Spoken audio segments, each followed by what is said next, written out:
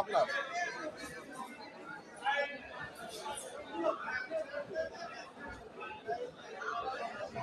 এগুলা সব নদীর চিংড়ি, অনেক বড়। এগুলা কয়টায় কেজি হয়?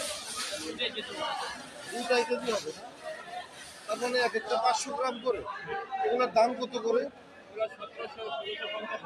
কেজি? ভাইয়ের নামটা? আচ্ছা, এটা ইউটিউবে যাবে, কোনো সমস্যা নাই তো ভিডিওটা? আচ্ছা ঠিক আছে, ভালো থাকবে। এটা চাঁদপুর বিরানবাজার মাছ।